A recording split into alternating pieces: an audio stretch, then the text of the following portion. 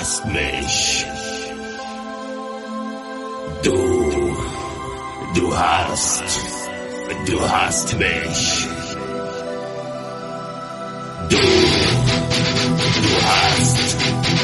Du hast mich. Du hast mich. Du hast mich gefragt. Du hast mich gefragt und ich hab nichts gesagt.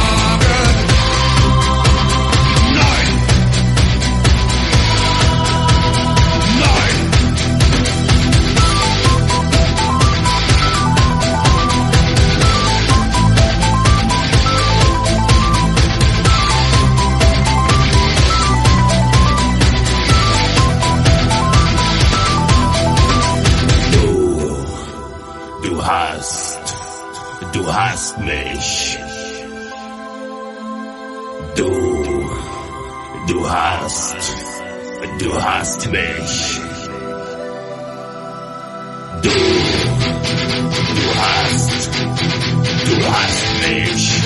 Du hast mich. Du hast mich. Du hast mich gefragt. Du hast mich gefragt und ich hab nichts gesagt.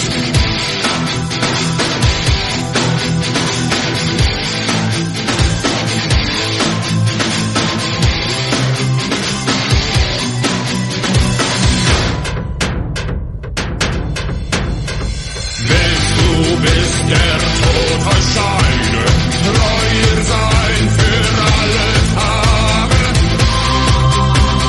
Nein, nein, willst du bis zum Tod der Scheide sie lieben auch in schlechten Tagen?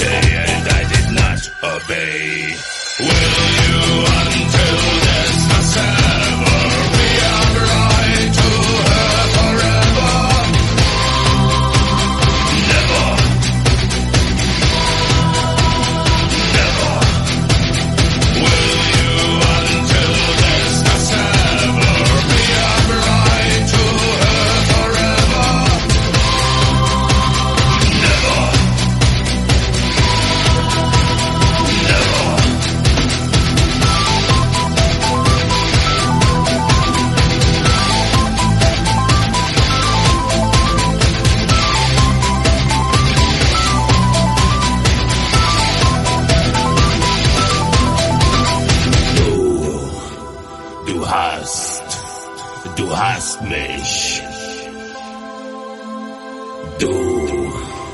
Du hast mich.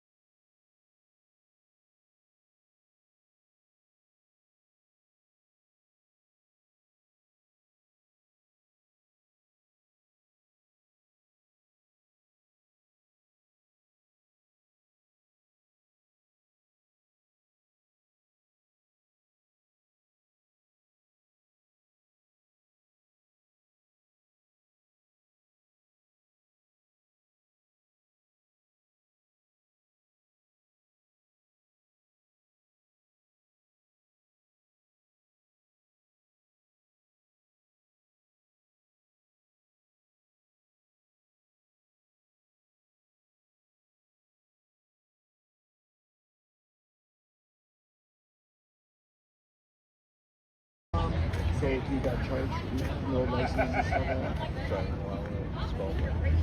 Driving while disqualified. So, just basically driving without a valid license. Yeah, I've gotten around that a couple times. Oh, here she comes walking towards us. Okay, well, I gotta go. I'll talk to you a little bit. I warned Karen Hilts, organizer, Crazy of girl the Niagara talking. 410 group about how dangerous Stefanos Karatopis is. I went out with Adam Subchak for a few months. He had sex with me. So everybody in your group was warned, and I get ostracized, including from this Bob guy here. And I know you're best friends with Adam Subchak. I warned him about how dangerous Stefanos Karatopis is. And then, for no reason, and my mom knows about all of this, so I'm not fucking lying, because why would I have anything to lie about to my fucking own mother? Adam Subchak then accused me, like, he ghosted me. He has in possession still a teddy bear I gifted him when I was dating him, a fucking teddy bear, because I have post-traumatic stress disorder, so you fucking assholes are. I'm getting video documentation of every fucking, yeah, everybody that supports Stefanos Karatopis and also supports Niagara 410 group run by Karen Hilts. And I'm in contact with Nick from Niagara 41 News. He knows about fucking the creep. I got screenshots of him referring to Stefanos as the fucking creep, you pieces of shit. So go ahead, I don't care. This all going on fucking YouTube. So whoever wants to support Stefanos and also support Karen Hilts group ostracizing me, go fucking for it. Niagara 401, Nick said he might post the verdict, but he ain't gonna give Stefanos any recognition because he doesn't want Stefanos or any pieces of creeps that support him getting an audience from his page. So, yeah. So Adam Subchak owes me an apology for ghosting me and withholding my personal property from me, and you guys keep laughing. Don't worry, it's going on YouTube. I already have other people I've been talking to that know about Karen Hilts being a hypocrite too, just like the rest of her Niagara 410 group, so go ahead.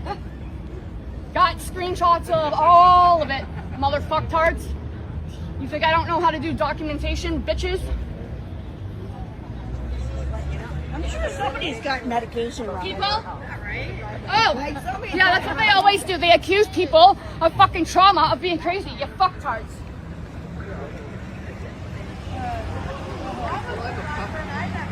Like that. I'm calling out, telling them the truth, and they're still in denial, especially this lady fucking here. You know what?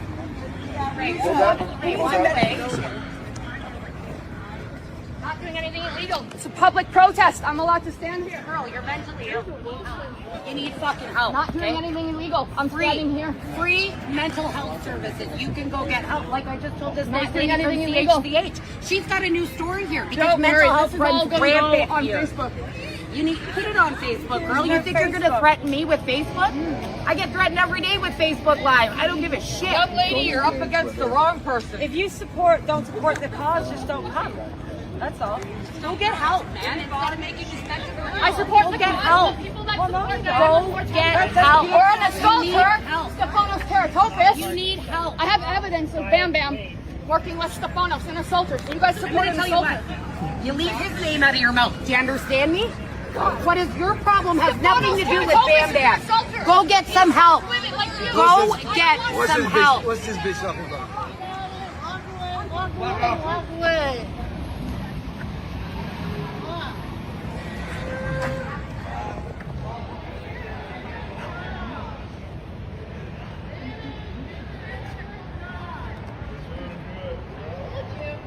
You didn't believe me. You're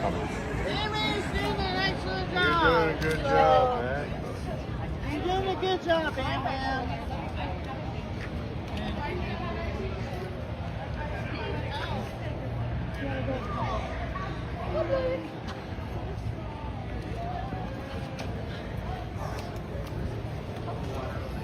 Oh, I'm live right now on Facebook. Thank you. Live right now on Facebook. For telling the truth. For telling the truth. About how anybody that supports Stefanos Karatopis, a known assaulter, is a fucking hypocrite here because this group's supposed to protect victims of assault. So anybody here?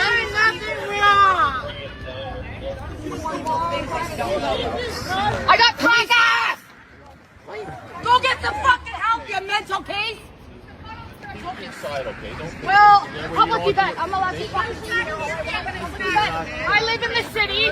I'm a victim of childhood sexual assault just like everybody else. You're playing for all that. Okay, we'll talk. So I should be supported for Stefanos Karatopis as a fucking assaulter. And this will all be... I will fucking share all of this. Not for you. Look at the drunk losers defending pedos. This person showed up here today. Hey, man. Hey, how are you? I'm good, man. This person showed up here today. Oh, you gotta love the Yelling and losers, screaming. Yeah, they're just fucked. Yelling and screaming at everybody. And, Well, you know that they're the ones that love the pedos. oh yeah. Personal space. And it's just ridiculous. Back up. He wouldn't be standing here with big balls if he didn't have a phone in his hand. Who? Who's your boy? Who? Free mental health. If you want the website, we can get you counseling today, bud, if you need help. He looks Me? fine. He looks like he use it. I'm just recording. Who are you talking to? No. He's documenting? This one? He's good. Okay, I apologize, sir. Oh, no. You're part of my archive at the motel in Niagara. Well, yeah, there you go. You see the game. You see these things. Maybe you'll get a good one today, bud. Okay. My bad, sir. Thank you. I appreciate Oh, it. sorry. I appreciate it. Usually when people show up and they get mad at Bam Bam, they're usually the losers of society. Like this one. I gave him material. I gave him material according to documents. Shut the fuck up. Showing how dangerous Stefanos Karatopis is, known assaulter. I even have an ex of his that gave me a 2000. So then don't support Stefanos. He wasn't found guilty. He wasn't found guilty. Innocent. He never went to court and got thrown out of court. He got thrown out of court. He's innocent. Stefanos is innocent. You're mentally ill. You're mentally ill. Stefanos is innocent. You need help, and that's the problem here, young lady. Cops, which is more important, documentation, correct? Court subpoena order, proving that he was charged with assault. He was charged, not convicted. Too bad, because I was too scared to face him, you son of a bitch! You say you have to take people with complex. I just told you to stay away from my husband. Okay? Stay away from my husband. She's not worth it. She's not worth it. She's not worth it. Nah, she's a loony bin. They're taking No, care she's of not me. worth it. Listen, Carol. Mentally ill, having a mental breakdown. She needs to be committed. She needs want- to be committed in Tucson. I'm trying to discuss something with her. Committed in Being Tucson. plastered all over public. Stefanos was not charged. He was not proven guilty. You're lying. Of an assaulter that they support. bitching and complaining about somebody that she pressed charges on that was never convicted. And she's trying to, this isn't about her, but it's disgusting how her behavior. Nobody loves her. She wants to fight people, wants to get people's faces, call me out, call the backup crew out. I think that I wasn't even called. I just showed up.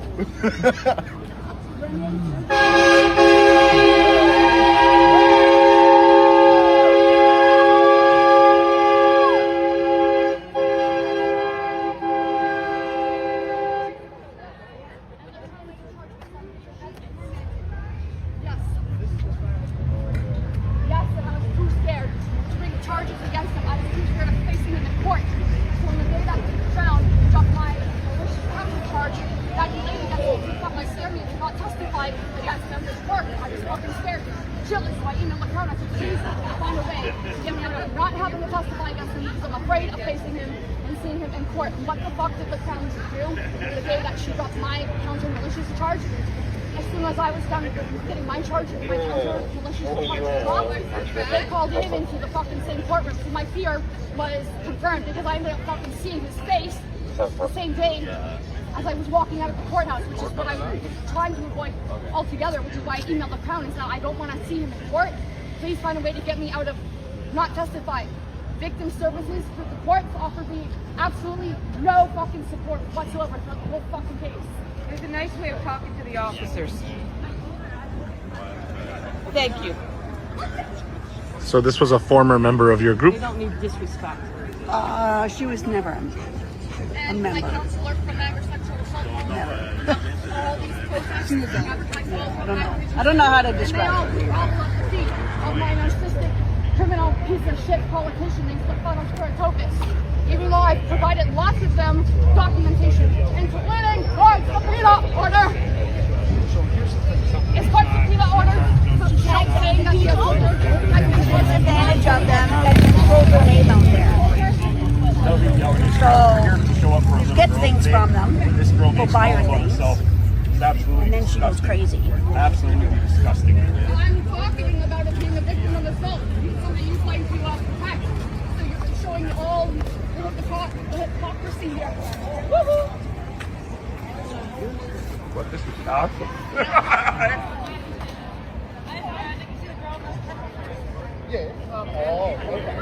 Stay there. Yeah. You need to go to Truth Health. You need mental health support. We all care about you. We're here for We a all little care girl. about you, man. Guys, All right? let us You need help. Victim of assault. go do your protest. You guys That's are fine. We all are. We're all survivors here. We're all survivors here. All right? You're not special. You're not special, Sarah. Well, you supported Actually, you are special. You supported assaulter! You fucking hypocrite piece of bullshit! proven innocent. Hey. My mom thinks that Look, special Alex Stapey. My mom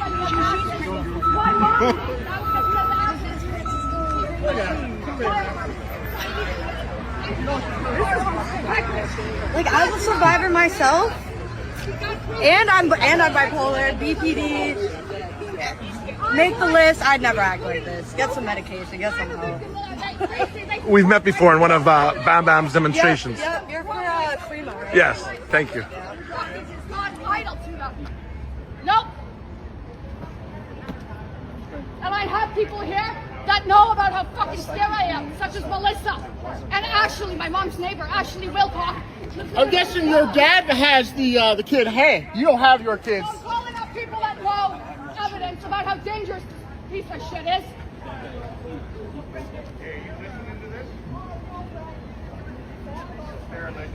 Yes, he does. She's out here making a production of herself right now. She's yelling and screaming. I want you to listen. She's telling how we're defending you. Okay, guys, we're trying to speak to somebody. I don't care. Go over there. All right? We're not doing nothing wrong. We're trying to deal with her, but when you come over here and aggravate her, you're obstructing I us. aggravate her. She's aggravated the whole group, man. I understand that. We're trying to relieve that, but you have to let us work, okay? Put her in cuffs and take her away.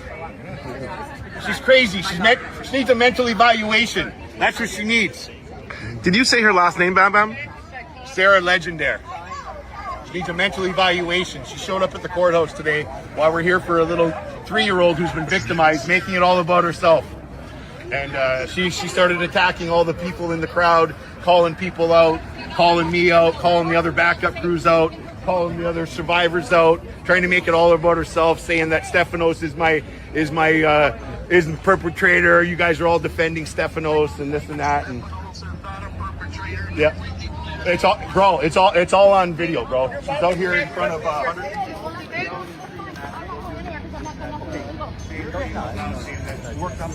We're trying to keep things. We all defend you. And I even warned Melissa's sister Alicia just let you know. about how dangerous it is. They allowed her to speak publicly. Yeah. I got Stefanos on the phone right now. Good. I got him on the phone right piece now. of shit. I spread his court subpoena order publicly on YouTube, and Nick from Niagara 411 knows about it. We gotta go inside and talk to him. I got the Fuck guy you, who's talking about it on the phone right now. Yeah. Oh, what's the crime? We're trying to My mom knows about all of this. No, aren't you worried about your 15 you? I'm just trying to bring her. Are you ashamed for the way you're behaving? You have an 18-year-old child. My daughter and my ex-husband. Hey, have a little bit of fucking cool. You have children that are going to watch this, that have to go to high school. Well, it works for me, bud. You clearly don't have your kids. Clearly don't have your kids. We actually had a great conversation one time across from the pedophiles restaurant. Do you remember that area? Anyway, so if you do me a favor, we're trying to get her down so we can get her out of here. Everybody keeps going at her, she gets up, and then things continue. Well, she's crazy. But you know what? We have no grounds for that. Represent her right now. Okay, so right now we're kind of in the middle ground, trying to work these guys, trying to de-escalate. So I'm asking you guys to help us. Stop chirping at her, and then we bring her down and hopefully get her out of here. I don't help the police. Why should I help the police? They don't fucking do nothing for me, so why should I help them? They're always helping. I asked you to charge a fucking rapist to rape my daughter. You guys didn't want to do that. Meiosis. And you know about it. My disability. Well, this is clearly why. Way to prove you don't have custody of your kids. My wife and her almost what's that? Clearly, she lost the kids. She clearly doesn't have She was charged with other incidents. Him and Glenn.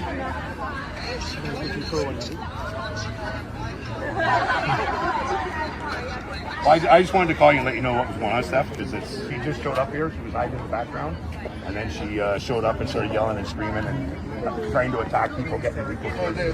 She's on a live. Not their job. Yeah, I'd take her out of here. All right. I think you should take a report.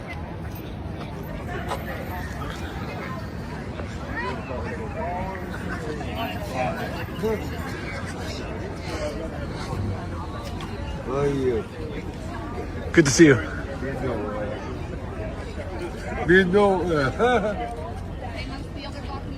Talking nonsense. We are here for a little girl who got brutally. Stop talking. Let me speak. Let me fucking speak. Shut the fuck Let me up. speak. We are here for a little girl.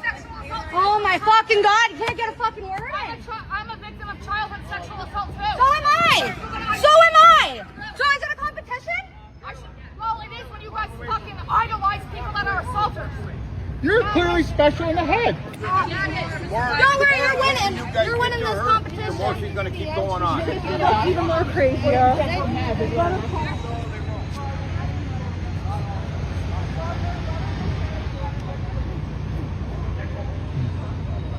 Politician for the Ontario Libertarian Party, Stefanos Karatopis is. What are you drinking? Pain meds because I deal with debilitating hip, uterus, knees, back problems, and bladder incontinence from adenomyosis, sister disease of endometriosis, where pain levels can get to be as bad as over 10, feeling like labor. So I'm doing what I'm legally allowed to do. Can I take a video of the brand? Because I like weed drinks. Is that okay? Yeah, I don't fucking care. I have nothing against you personally. I don't fucking know you, so go for it. I don't care. Thank you so much. You're welcome. Bubble Kush, I'm gonna try that one. Yeah, by the way, I like your backpack. Oh, Can I get it on camera if that's okay? for your sure. Backpack? And you can get it at Dollarama as well for $5. But I will. That's okay. I got backpacks of my own. I don't need another one. I got one on me right now. I'll turn around for you. Okay, thank you, sir. Thank you. He's drinking a marijuana drink. He's yelling at her. You know how how bad marijuana is for psychosis? That's public intoxication. Yeah. Yeah, are you allowed to drink marijuana drinks outside of the... That's public intoxication right outside, there. so don't be fucking hypocrites. Okay, Chunky. I didn't know we were allowed to drink a marijuana drink outside. We might as well all do it then. It's really bad for psychosis. Yeah, it That's makes you clearly what crazier. you're going through. No, I'm not. I got fucking documentation, so don't fucking be a lying cunt. And you realize there's kids behind. You're recording little children. Yeah, get off that. That's really weird. Freedom of speech. Wait, there's children though. Freedom of speech. I haven't said anything harmful towards them. Freedom of speech.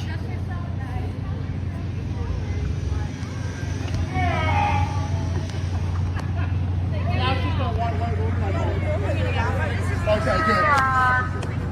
Yeah, is that not public intoxication? I thought it was the same as beer. Like you can't drink it.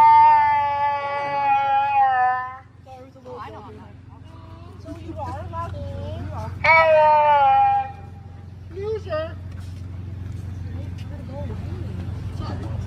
Just looking for attention, you know. I didn't know you were allowed to drink a THC drink on here. Apparently you are. Just looking for attention. Yeah, well, you know what? When it comes to the children, like, that's what we're all coming here for. When people try to take the attention off of that, it really bothers me. It really bothers me. I am a sexual assault victim too. You're sure not showing stand with us. Like, But she's not though. It's a problem. He's found not guilty. He's found innocent. He's not guilty.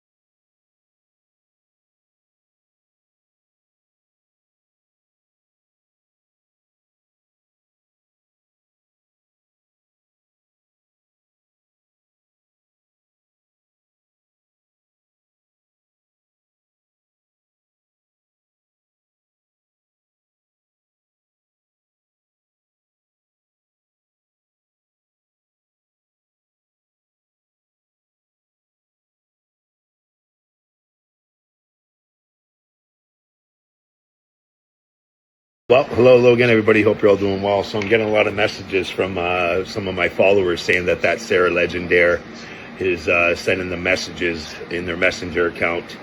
I've got a few that she sent to people going off about how I support a person who was charged with assaulting of a woman. So Stefanos was never convicted of anything. They used to hang out, this woman and this guy. They were out one night, both drunk, throwing up about 5-10 feet away from each other. It's all on video. When they got to court, they pulled out the video from the CTV footage from the cameras out in the public, and it clearly shows him tripping and falling over her after he was done throwing up. Then he carried on down the street, stumbling, and got into a cab and left her there. This woman is extremely mentally unstable, very mentally unwell, as you can see in the videos. I hope that she gets the help that she needs, because she certainly does need it. I believe she's going into a psychosis, if not already into one.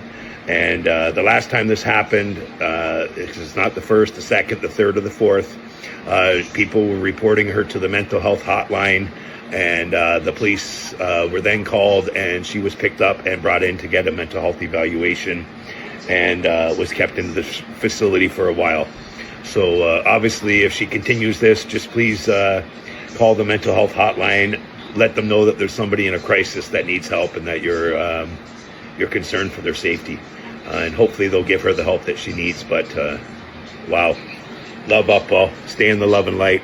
And like I said, I wish nothing but the best for this woman. She definitely needs some mental health support, and clearly our system is letting her down, or she's not doing the work. I don't know, but I wish her nothing but the best.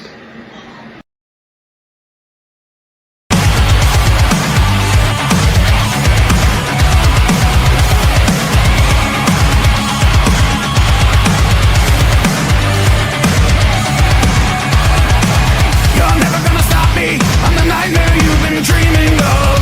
Now the day is approaching. Gonna show you what I'm made of. This is just the beginning. Your anxiety is justified. Let me tell you something. There's no end left.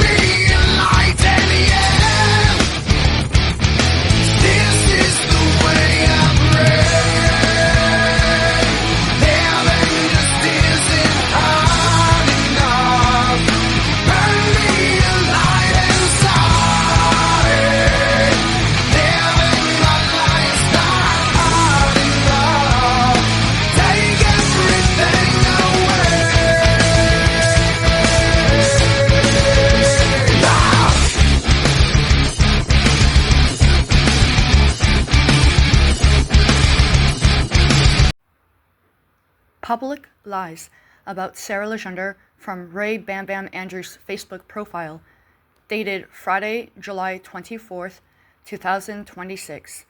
Lie number 1 of 4. Only reason as to why that criminal politician's assault charges were dismissed is because I was too scared to testify against him in court at the time when the court gave me the subpoena order. I was too afraid of seeing him in court. Lie number 2 of 4. I was never throwing up that night. I have a clear memory of what truly happened the night of Tuesday, October 17th, 2023, when the physical assault happened. Lie number 3 of 4. The POS piece of shit criminal politician named Stefanos Karatopis never tripped and fell. He purposely and completely unprovoked kicked me in my lower back 3 fucking times, you son of a bitch liar, Ray Bam Bam Andrews. And the 24 hours surveillance video also clearly shows Karatopis kicking me in my lower back 3 fucking times. Prior to the assault, Karatopis already knew that I, Sarah, deal with chronic physical lower back pain caused by symptoms of adenomyosis, aka adeno, due to free legal assistance Karatopis had given me. Then, in April of 2024, by ultrasound, I was officially diagnosed with the sister disease of endometriosis called adenomyosis, aka adeno. Finally, lie number 4 of 4.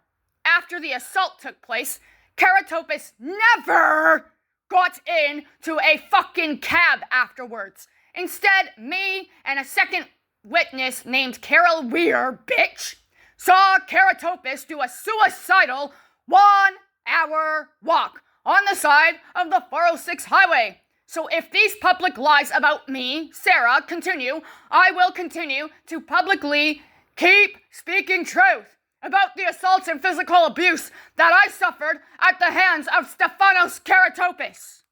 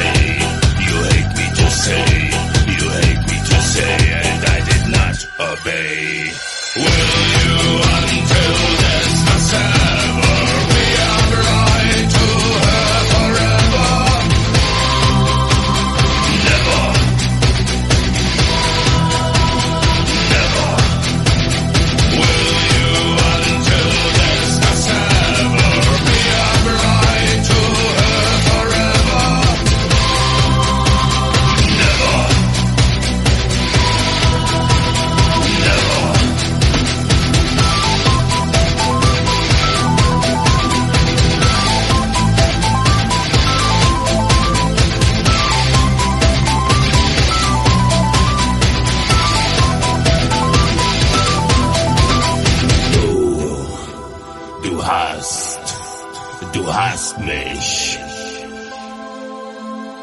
Du hast mich.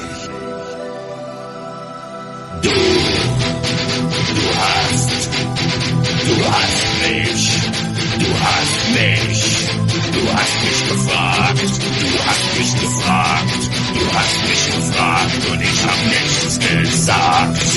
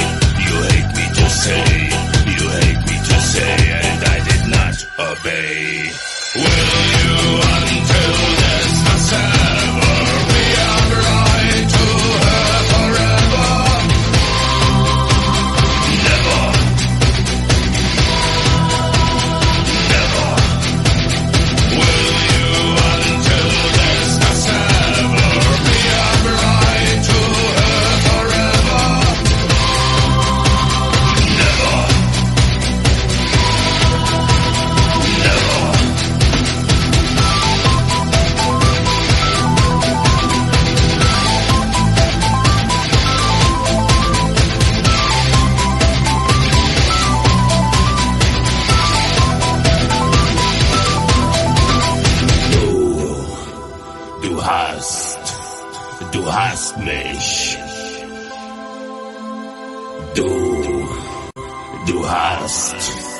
Du hast mich. Sorry.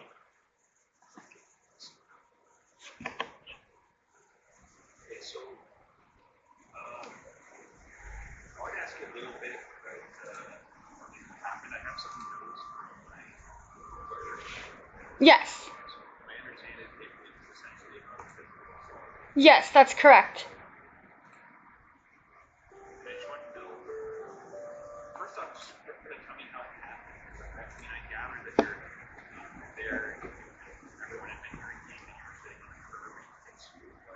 Sorry, hold on. I'm just having trouble hearing the audio right now. I'm trying to figure out how to turn up the audio here.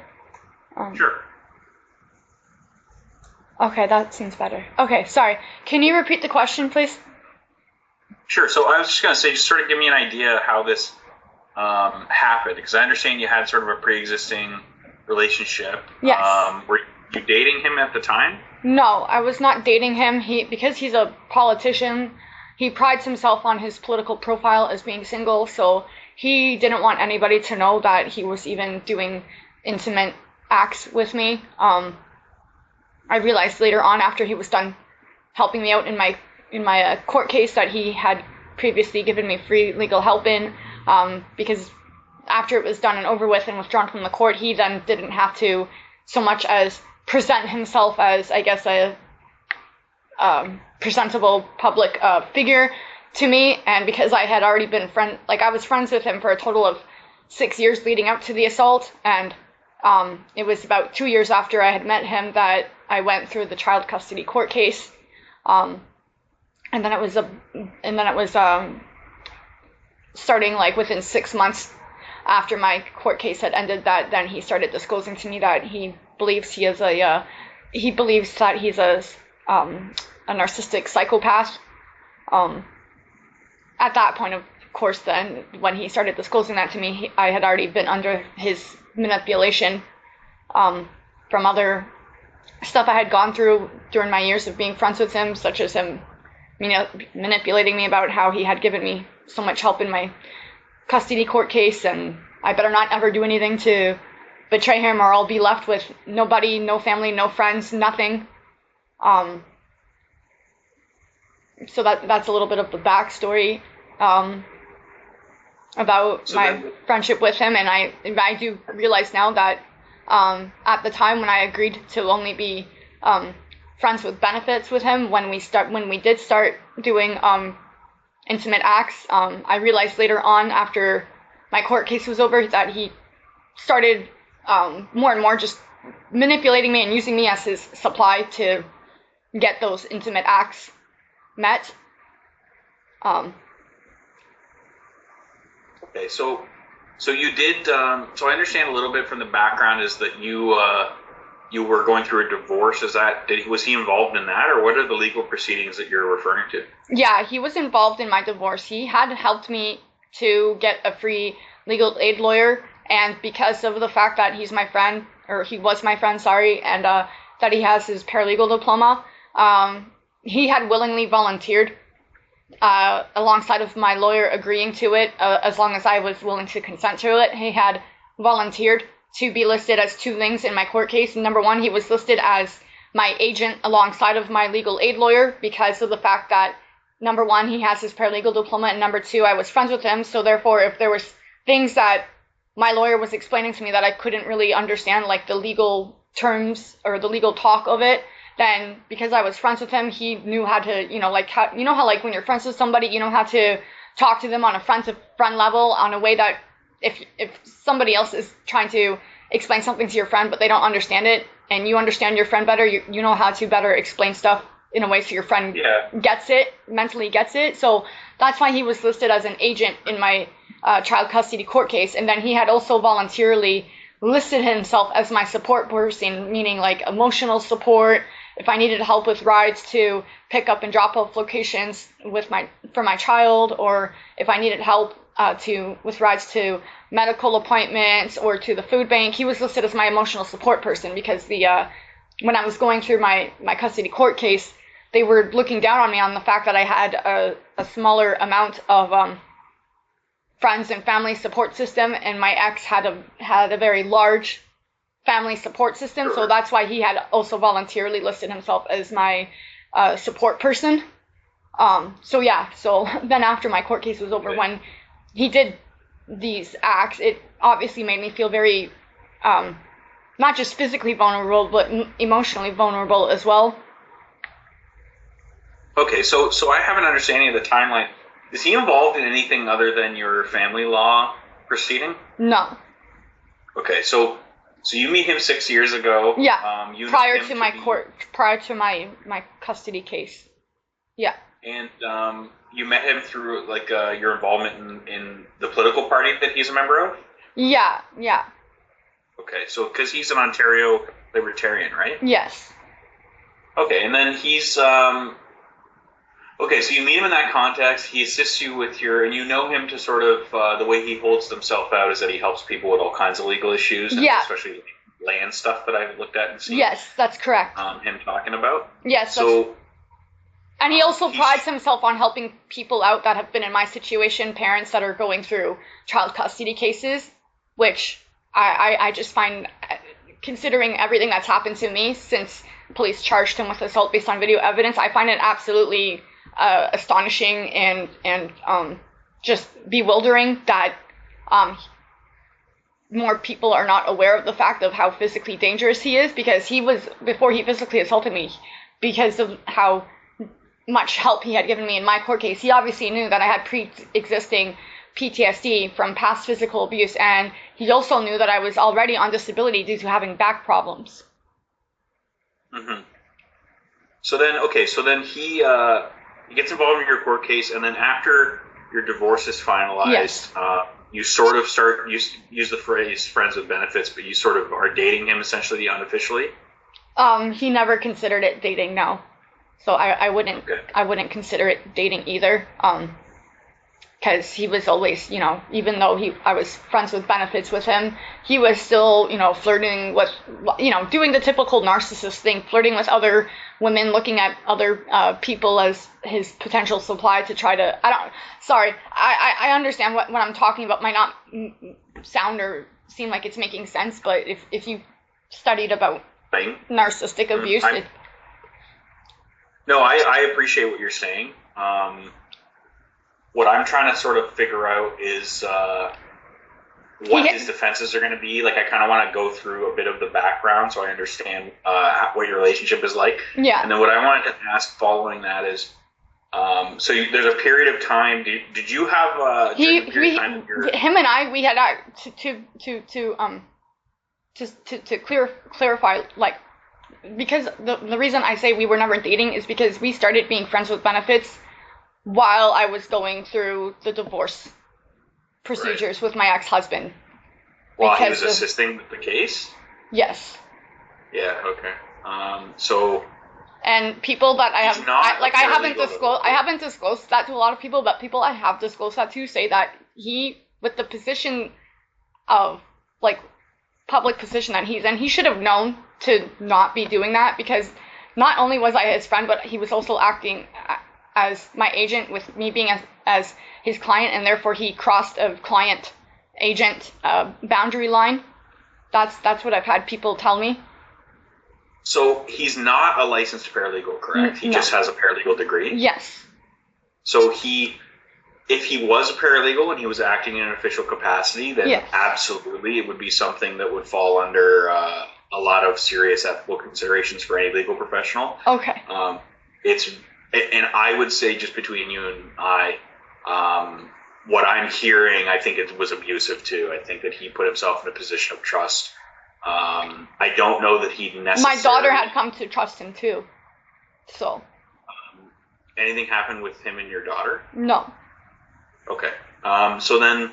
I never allowed because my daughter, when she's with her dad, my ex-husband, she's used to, seeing people on his side of the family drink alcohol when they're partying on the weekends.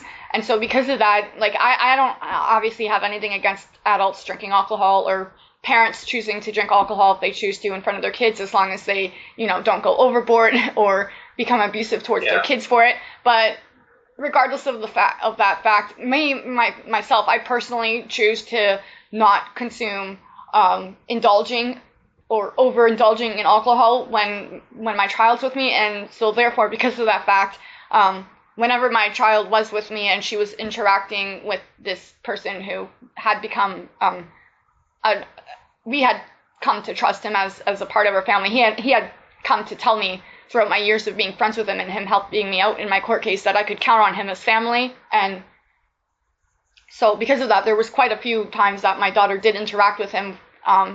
Like he would even help me babysit her and stuff like that. That was one of his other roles when he was listed as my emotional support person in my child custody court case.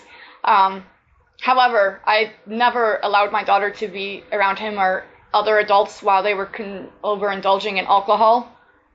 So nothing ever happened because I was always supervising my daughter. Yeah, okay. So then, you started dating during this family law proceeding, and... Yeah, I guess more or less dating. Yeah, he wants to just call it friends with benefits, but I started having... I don't know if it's because I'm a woman or whatnot. Maybe it's not just because of me. Maybe it's the same for some men too. But I after a certain amount of time of having so many physical, intimate interactions with him, I started having feelings. Yeah. So. That would happen with anyone. So. And it sounds to me like your description of him as a narcissist, both in your description of him, but also the description of his actions. Yes. That's what it sounds like to me. It sounds like he's somebody who does not value the feelings or the value of others. No. And that's why he kind of fairly easily did this assault, it sounds like. So, okay, so you're sleeping together for a period of time, and then were you still in that form of relationship at the time of the assault? Yes. And had you been fighting with him, like, before the assault? No. Either the day or in the weeks leading up? No. What happened before the assault, leading up to it, was he was under a lot of stress from abuse from his family. He was involved in he was involved with the lawyers that he has with a very it was coming to be a very long and lengthy, drawn out court case with and I know this because I saw, not only did he share all this with me, showing me documents and video evidence and stuff like that during my course of being friends with him, but I had also, with my own eyes and ears, witnessed the abuse from his family. His siblings were doing severe amount of fraud and elder abuse against his parents, and because he was advocating as his parents for power of attorney for his parents, because he was the only sibling that was not doing elder abuse against his parents, his siblings ended up therefore attacking him as well, with trying to get him out of the way so they could commit more elder abuse and fraud and property theft from his parents. And due to that, in September, so about a month before the assault happened, his lawyers and him, they filed a counter court application against the fraudulent court application that his siblings launched against him in September of 2022. However, in his counter court application that his lawyers helped him launch against his siblings in September of 2023, his counter court application had over 200 pages of documents of evidence proving that everything his siblings listed in their court application against him was all lies and fraud. And because I had also been witness to that abuse that he was getting from his siblings, he had asked me if I would be a witness for him in his court case, which of course I volunteered. And not only that, but I had witnessed the same kind of abuse in my mom's family growing up. So I was seeing a lot of parallels, and I guess apparently the way it is, with me being a very empathetic person, it makes me a perfect target for somebody like him who's a narcissist. That's very easy for me to empathize with what I saw him going through. I guess you could say that's one of the main reasons I stuck out with being friends with him for so long, because I wanted to give him the same help that maybe I felt I had neglected, and being able to lack in giving my mom help when I was witnessing her being abused by her siblings. Sure. So then in the lead up to this, he's under an enormous amount of pressure in his personal life. Yep. But there is conflict between the two of you leading up to it. No. And then the night, okay, so tell me what happened the day of the assault before and then up to... So the day of the assault before, it was a normal day. He had come over. He had his computers and his electronics and his printers all set up on my... sorry, I don't know if you can see. All set up on my table behind me here, my dining room table behind me here. And the reason why that was because the house that he was living at, that is under his parents' name, after his dad passed away in June of 2021, his siblings then started doing manipulation of his vulnerable mother, manipulating their way back into her life. So that's how then they ended up getting fraudulent power of attorney regained. And it was through them having fraudulent power of attorney that they had disconnected the power, the hydro, to the house he was living at that's under their mother's name. And because he had no hydro and he needed a way to have electronic communications with his lawyers, I had offered him to bring his computers and stuff to my house. So he wasn't living here. He was living at his house still, or sorry, his parents' house. He was only coming here during the day, though, when he needed to have internet access to email his lawyer and do like printing off of legal documents and stuff like that. And of course, because of all the free legal help he had previously given me in my court case, I felt like I was indebted to him to offer him this help. Okay, so the day of, he had come to your house to print documents? Print documents. He was also so during the day and the afternoon, he came to my house to do emails with his lawyers, print legal documents. He was also on a National Canada podcast show. He wasn't on it every single night, but he did make the rare appearance on it sometimes. And so that's why he was at my house so late, because that podcast show he was on, when he would make appearances on it, it didn't start until 9 o'clock Eastern time, and it would end at 11 o'clock. The lady that you see in the surveillance video that was standing beside the white car, so that lady there, he had told me in prior years that even though he had only met her once at a rally that they attended, she for some reason had it in her mind that she and him were an item. So she started constantly texting him, sending him very erotic pictures of herself and stuff like that. And he would show me all this stuff too, not just from her, but from other women that would text him as well. But that woman that you see in the surveillance video, he would always tell her hey, you're not my type. You're this senior age. You're this body weight. You don't meet my typical profile of women that I've been attracted to and have dated in my past, so I'm not interested in you. And so he showed me over the course of 2 years after he met her at a rally that he had blocked her number 5 times, and 5 different times, each time that he blocked her number, she would pay to have her number changed. So he was clearly confiding in me that he believed her to be a stalker because of the fact that she would pay every time to change her number 5 different times, each time that he had blocked her number.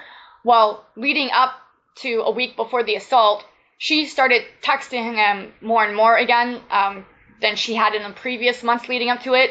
And within the week before the assault, she had started offering him help with rides and help that, say here, Steph, if you need to go out here, or if you need to go over here to that meeting or this meeting, if you want, even if I can't give you a ride, I can let you borrow my car. So of course, before, where she was being a stalker to him, now he was looking at her this lady is offering me supply that I am lacking and that I want. She's offering to help give me supply of car and transportation. So that's what happened leading up to the assault. And he never really wanted me to talk to her because of the fact that in his mind, and from what he had told me, she was a stalker. But that night when I walked outside with him and I was holding his dog because he was too drunk and too intoxicated to carry his own Chihuahua. I wasn't going to be rude to her because she knew where my apartment building was. So, and while we were waiting, however long the video shows, we were waiting for him to get in her car, which he never ended up getting in her car until an hour later when we picked him up on the side of the highway from him attempting to do suicide, to make himself the victim in this assault situation. I was being courteous with her. I was trying to do my best to be an acquaintance with her. We had exchanged contact phone numbers, and it was during that course of me being courteous and friendly with her, and her and I exchanging phone numbers, that something in him snapped. Is this Carol Weir? Yes, the Carol Weir lady that I mentioned. Yes, that's correct. Yeah. Okay, so then, so Carol's coming to pick him up at your house, basically? Yes. And you're sitting with his dog? Holding his dog, yeah, because he was too drunk, as you could see him wobbling.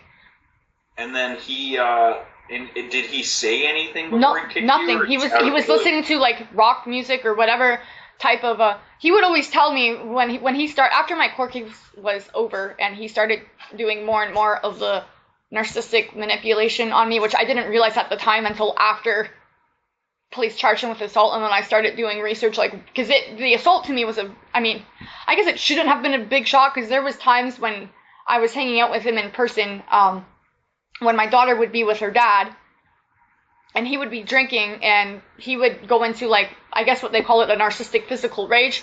At the time, though, I didn't know that it was a narcissistic physical rage. I thought it was just, because of him drinking and because of all the abuse and stress he was under from the abuse he was going through from his family member. I thought, and because I was the closest friend to him, I thought, he's taking his stress out on the person closest to him, as unfortunately some people tend to do when they're under a lot of stress. So right. Even though that had happened a few times before, in the past, after he was done helping me out with my court case, the assault, as you can see on video, I wasn't doing anything. I did not do anything to provoke it. I was being friendly with the lady that was helping him out with rides to get from his house, or to get from my house back to his house. It was just so sudden and so unexpected. It's basically, it's like if you take a glass and you throw a glass on concrete or tile floor and the glass shatters, that's basically what it's done to my spirit, my soul. Like, it was so unexpected. And when you throw glass, the glass isn't expecting you to, like, 1 minute you're holding it and then the next minute you throw it so it cracks and it breaks and shatters into 1,000 pieces. That's what I feel like. I feel like I've been a glass that somebody was holding, and all of a sudden somebody just threw me, and I've been shattered down to 1,000 pieces. Yeah. I'm sorry to hear you feel that way. So just so I can understand, so he's drinking, and it was, you had several experiences with him where he drank too much and went into a rage before this? Yes, and when he never physically assaulted you? He had a couple times before. It happened maybe about 2 or 3 times before. What had he done prior? There was other times when I would be, like, hanging out with him in his bachelor house. I would be sitting on his futon couch, and he would be sitting at his computer desk, in the chair, either listening to rock music from the 1980s hair bands that he always admired so much as his idols, because he grew up as a teenager during that time. So he would either be, like, listening to that kind of music, or he would be severely depressed about all of the abuse that him and his parents were enduring from his siblings. And then all of a sudden, it's like, and I don't know how else to explain it unless somebody has been in the situation before where you're with a narcissist and all of a sudden they do a narcissistic switch. It happens so fast in the blink of an eye that you don't even have physical time for your body to stand up and react and run out of the room, because it literally happens in, like, what it feels like in a matter of seconds, where 1 minute you'll see that the narcissist, they have, like, a normal persona, normal expression, normal personality to them, and then within, like, a few seconds they get black eyes, their facial expression changes, they get it's almost like some people have said, like, almost like a demonic look comes over them. Not that very spiritual or anything like that, but that's basically how some people have described it. It happens so fast, and then what he would do is he would fly out of the chair and jump onto me where I was sitting on his futon couch and just his fists would just start pounding me in my face. And because he was obviously on top of me while he was doing this, because he had jumped on top of me off of his chair and onto me where I was sitting, I was not able to move. Okay, so he would sort of just snap and then he would punch you. Did he kick you at those times as well? No, he was just using his fists, punching me in my head and in my cheeks. And yes. Did he punch you anywhere else? Your arms, your chest? No. Okay. And I did document one of these assault incidences in the Form 2 mental health assessment that I tried to get the Justice of the Peace to approve on the when he committed the attempted suicide. Okay, so he assaulted you a few times before, but you'd not called the police at those times. That's correct, because I had no evidence of the assault happening. Okay, so then this time happens, he kicks you in the back, you know that there's video just because of where it occurs. Yes, and because I'm trying to understand a little bit of what happens after he's drinking, he's kind of snaps, which he had happened before. Yes. He runs over and kicks you in the back and then kicks you while you're on the ground a few times. Yeah, it was after the second time he kicked me that the Carol Weir lady, all she told him was, stop. And it was exactly like how I just said it, in that tone. Like, very nonchalantly, no force, no authority, no... So after he kicks you, does he just run away? Does he leave? After he kicked me, what the video doesn't show is then he left my apartment building. And if you look on a map, you'll see that my apartment building is surrounded in St. Catharines by, so my apartment building is on the corner of 2 streets. And then if you take another right and you walk down all the way 4th Avenue, it leads you to the on-shoulder ramp of the 406 highway. That is every distance that he walked immediately after he fled the scene from assaulting me. And then, not only that, but then we witnessed him proceeding to continue walking. He walked onto the shoulder ramp of the 406 highway, which is then what led into him doing his 1-hour attempt. What I perceive it as was him doing an attempted suicide act, because it was between midnight to 12:30 in the morning on Wednesday, October 18th, when he did this stupid highway act. So it's pitch black, cars driving at highway speed with it being pitch black out that time of night. You can see from the surveillance video he was obviously intoxicated when he was walking on foot on the side of the highway, so he could have easily, stumbled into oncoming traffic or cars going at that speed on the highway, not expecting a pedestrian to be walking on the side of the highway, could easily have, hit him. Which is why I perceive it to be a suicide attempt that he did immediately after he assaulted me. Okay, so did he express that he wanted to commit suicide, or you're inferring that? I'm inferring that because of how because of how depressed he was revealing to me about how much more severe the abuse had gotten within the past few weeks leading up to his court application to be heard. And the date of his counsel court application to be heard against his siblings was actually set the same day that he assaulted me. His lawyers and him had discussed on the day that he assaulted me that 2 weeks prior away from the day that he assaulted me was going to be the day that both of their applications were going to be heard at the same time. And then that night, before we left my apartment unit to go outside to the Carol Weir's car so he could get a ride home, he disclosed to me that because of the fact that he was still living without hydro at his at the property house that is under his parents' name, he had lost a significant amount of weight from not being able to eat because of not being able to properly store food due to the lack of hydro. Okay. So, so then when he goes on the highway, he's walking around on the highway. He eventually, you and Carol get in Carol's car and go pick him up. Yes, because he had my keys. I had while his computer stuff was here, I had let him borrow my one apartment unit key, so that way if I had to leave my house to go to medical appointments or to go to pick my daughter up from school or to drop her off, if he needed to come to do immediate email communication with his lawyer, he would have access to get into my apartment unit. And so my concerns were, one, he's got access to my apartment unit and he just finished assaulting me. Two, I just witnessed him, he just fled the scene and left me stranded with his dog. I don't have any means to take care of a dog. I have everything I need in my house provided to take care of myself and my daughter, not a dog.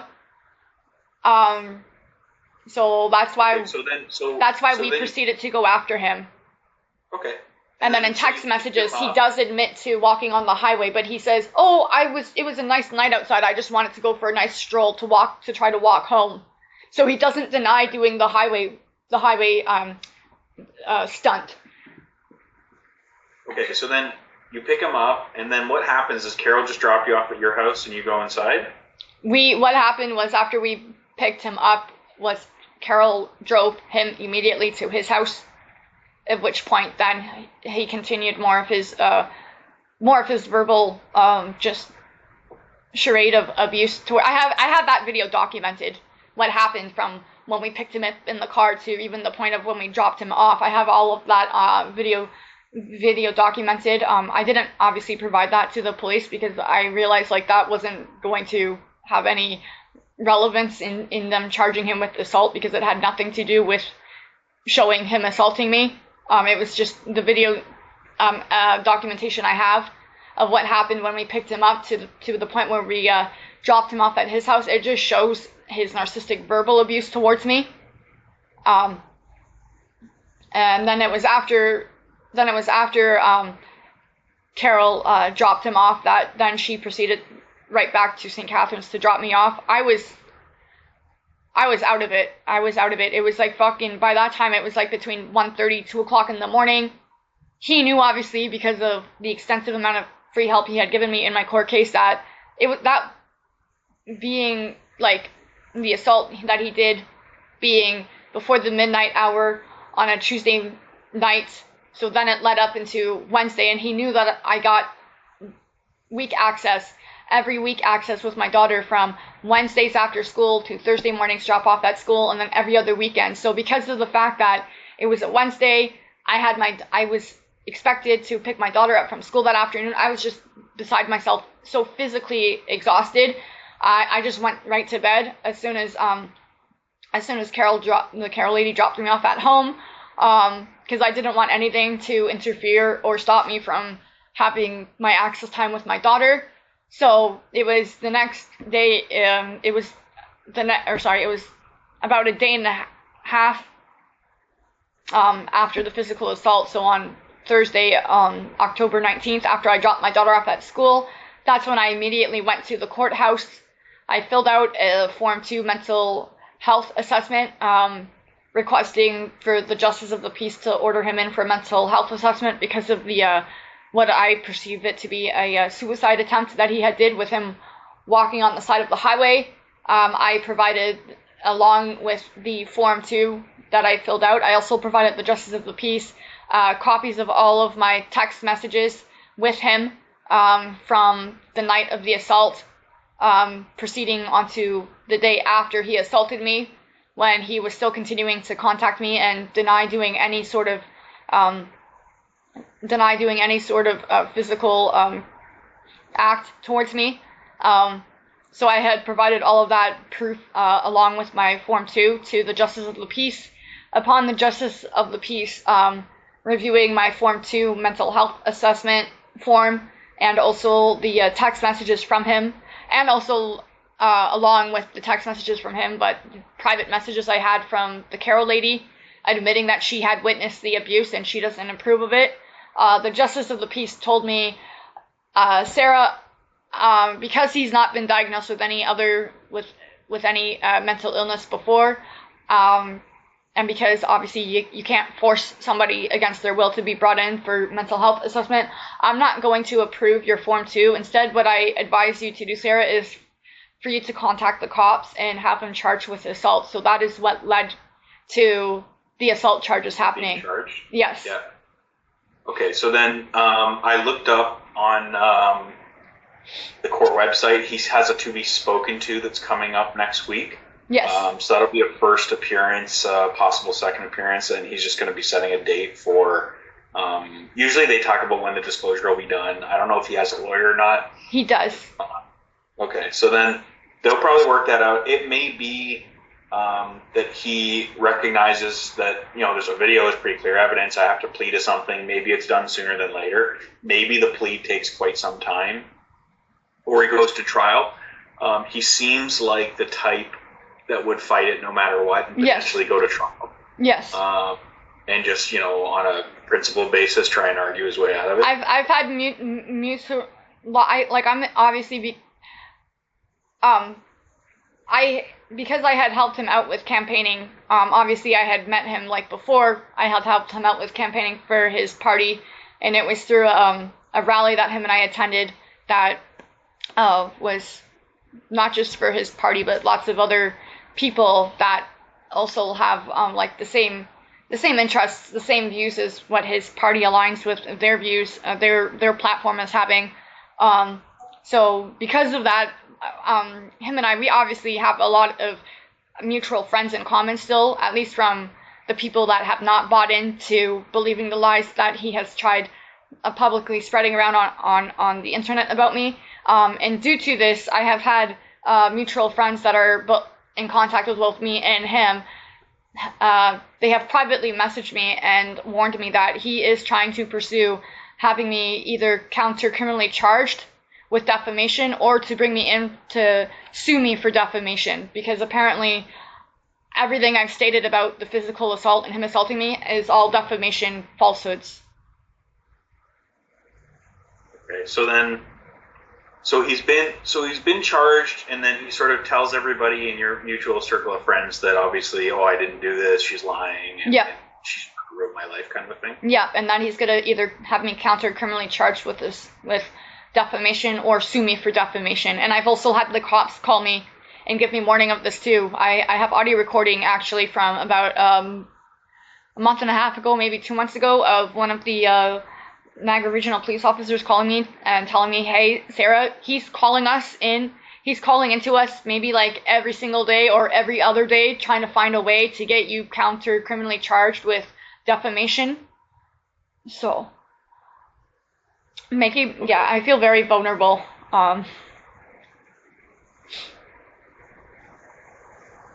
Okay, so I understand. So then he is charged. You've been waiting around.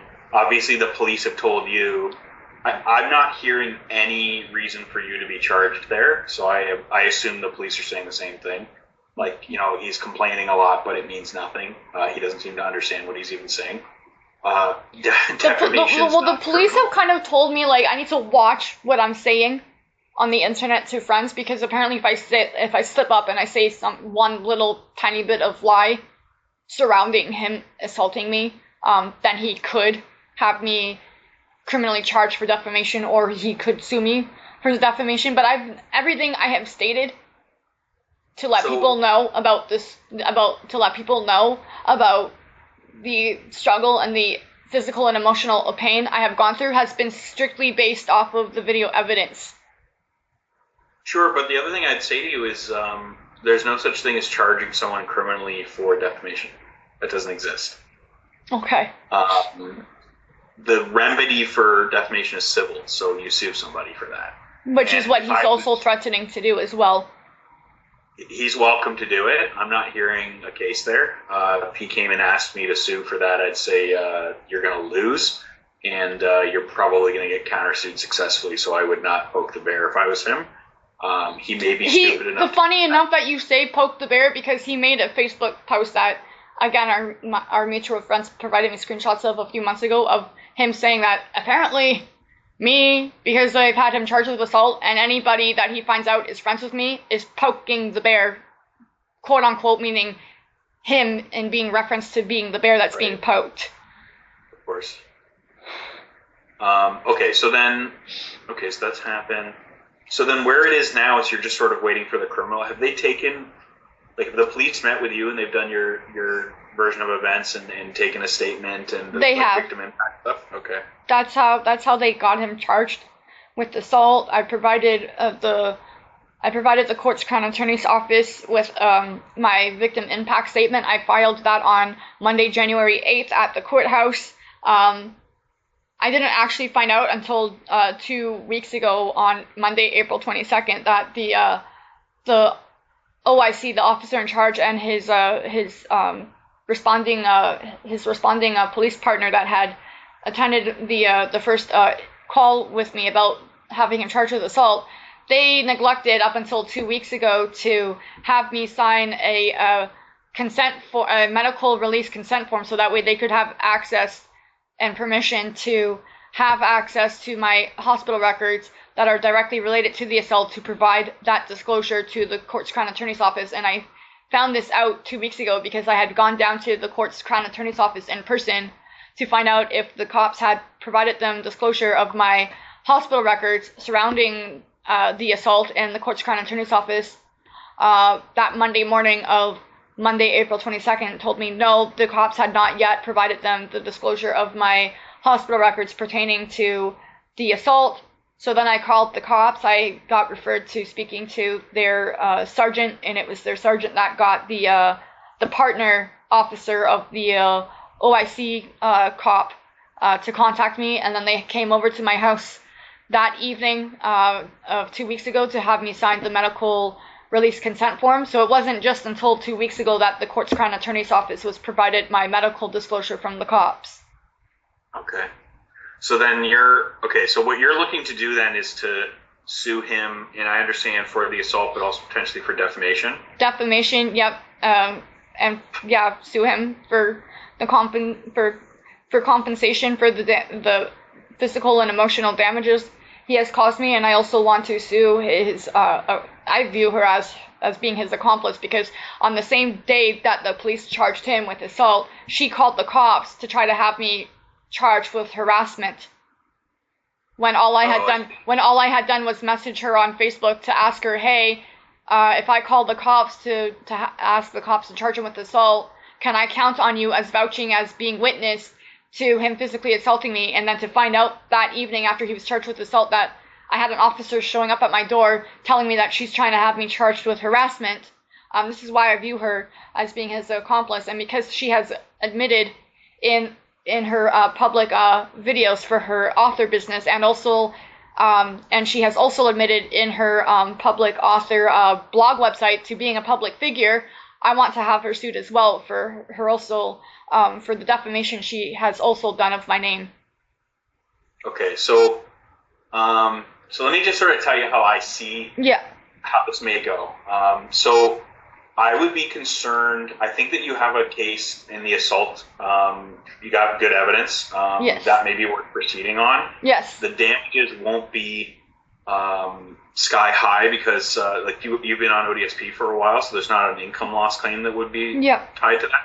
So you're looking mostly at, do I have medical bills, and what is my general damages. So the medical costs that are associated, I don't know if you've had any physiotherapy, massage, or any treatment like that for the injuries to your back? No, I am supposed. He knew that because before he assaulted me, though, he knew I was on disability for having back problems, where I am supposed to have physiotherapy done for my back. Okay. And so then he just purposely, and then as the video shows, he just purposely assaulted me in the area that he knows I'm on disability for. Yeah, so then... And I have... So then you'll have some of those medical costs, and then there's the general damages that I think is worth pursuing. I think that the defamation is going to be difficult, because one thing, a lot of people have defamation cases, especially in the social media age. There's quite a lot of that going on. Okay. But in order for it to be worth pursuing a lot of the time, there have to be damages that justify it. Okay. And the damages that you would typically see in a defamation case that's worth pursuing are someone defames somebody in public or to their employer and they lose their job because of it. And that's usually why those cases are worth pursuing. Okay. So the case may not financially make sense on defamation, and same thing for Carol. Okay. So I don't know that I would personally. I don't think I would pursue suing Carol. Okay. But that's just sort of my take. I think you may want to talk to somebody that does defamation, because I don't really deal with that. Okay. I do most personal injury stuff.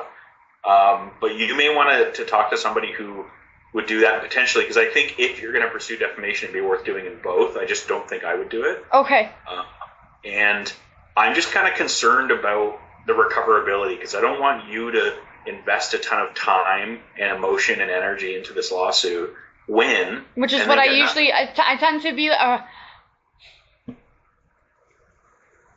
I've always tended to be the type of person where I care more for other people than I do for myself. And so then because of my PTSD, therefore, because I always like care more for other people than I do for myself, and I kind of put myself on the back burner, therefore, then when something does happen to me, it kind of is like, it's all out with me. Like I get all defensive, all angry, like, and it's kind of like, there's been that saying that I've heard people say before, where, you know, you can't win every war, is it, or something? I don't remember exactly how the saying goes, but it's something like, you can't win every war, you have to choose your battles wisely. Well, with me, because I have PTSD, when one of my defense mechanisms is I get angry, so I put on my defense walls, and I just want to lash out at everybody that's been attacking me. So, yeah. Yeah, I get that. I realize it's not wise and not a very good strategy. I don't even think that. I think that you have every right to do that. I just think that the defamation stuff I don't pursue. Okay. And the personal injury one, I'm just concerned that there won't be anything to recover. Okay. Given the guy's situation. So I don't know that I would take it on, but I do think I may be able to help you by sending you a little summary of what you've told me and how I look at it. Okay. And then you can show that to another lawyer, or you can sort of reflect and think about yourself what you want to do. The big thing I would tell you is you have 2 years to sue him from when the assault occurred.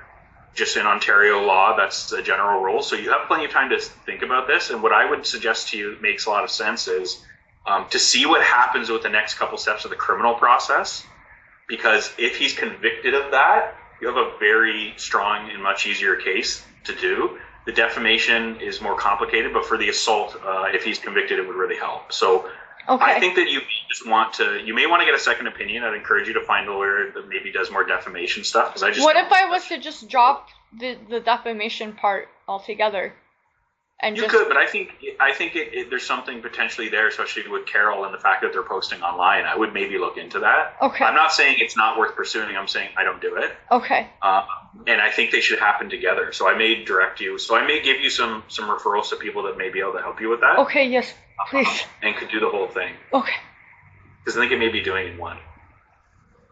Okay. So I'll send you a little email with a summary, but I don't think that I can help you, unfortunately. Okay. But I do appreciate you talking to me today, and I'm very sorry to hear this happen to you. This guy sounds like a real pig, a really bad person. Yeah, a jackass, a misogynist, and a bully, and a narcissist, like you said. He sounds like a monster. So I think stay away from the guy.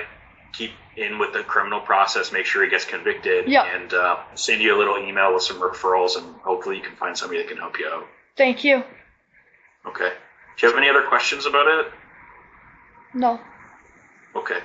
So I'll send you a little email just with a summary and some comments from me, and I wish you the best of luck with it. I'm sorry this happened to you.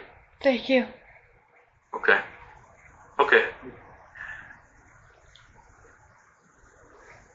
Are you okay? Mhm. I know it's a lot, and I know it's not good news. I don't want to get involved and not be able to help you properly. No, I understand. Okay, so I'll give you some good referrals, and I'll give you a nice little summary that you can kind of use to kind of keep the story. Okay. Together. Okay. Thank you so much for your help, Brian. Thank you. Yeah, I'm happy to. Okay. And I hope it works out, and you don't see this guy again. Thank you.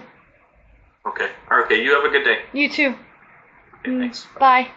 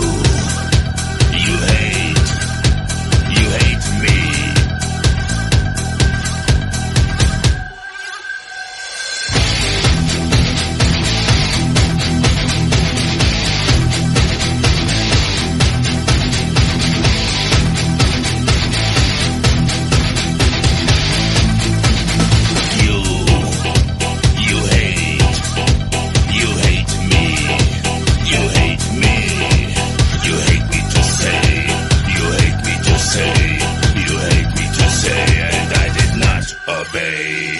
Will you until this must ever be our right to her forever? Never. Never. Will you until this must ever be our right to her forever? Never. Never.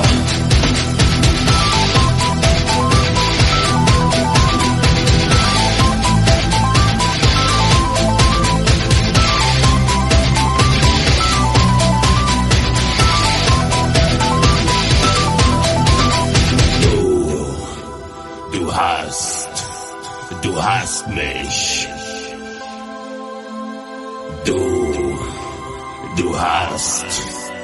Du hast mich.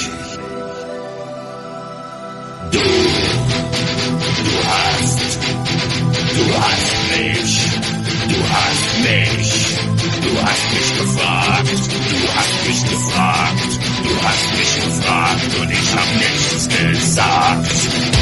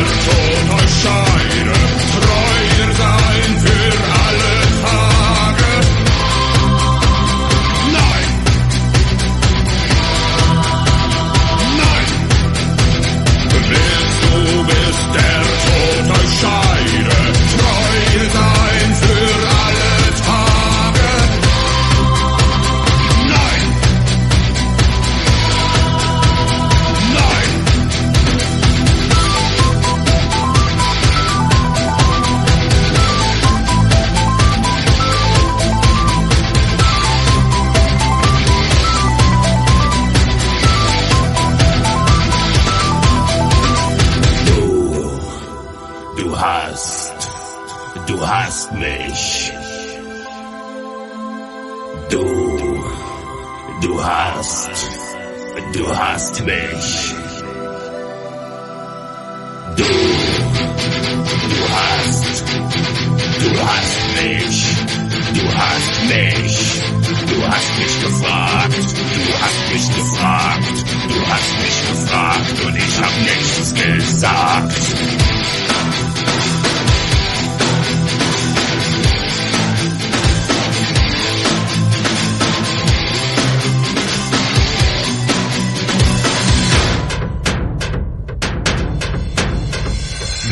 Du bist der Tod erscheine, treuer sein für alle Tage. Nein,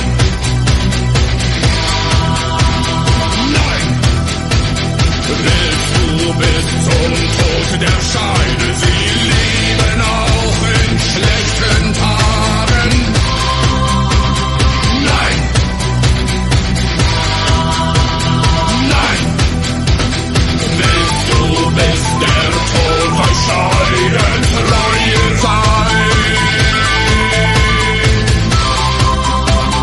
Nein, nein.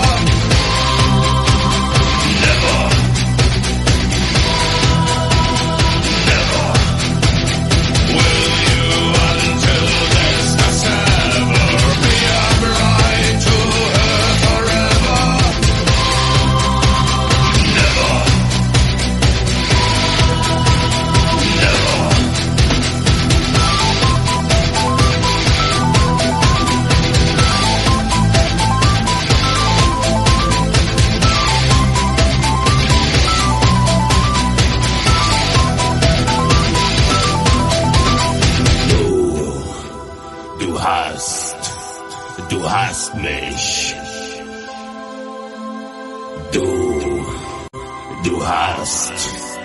Du hast mich.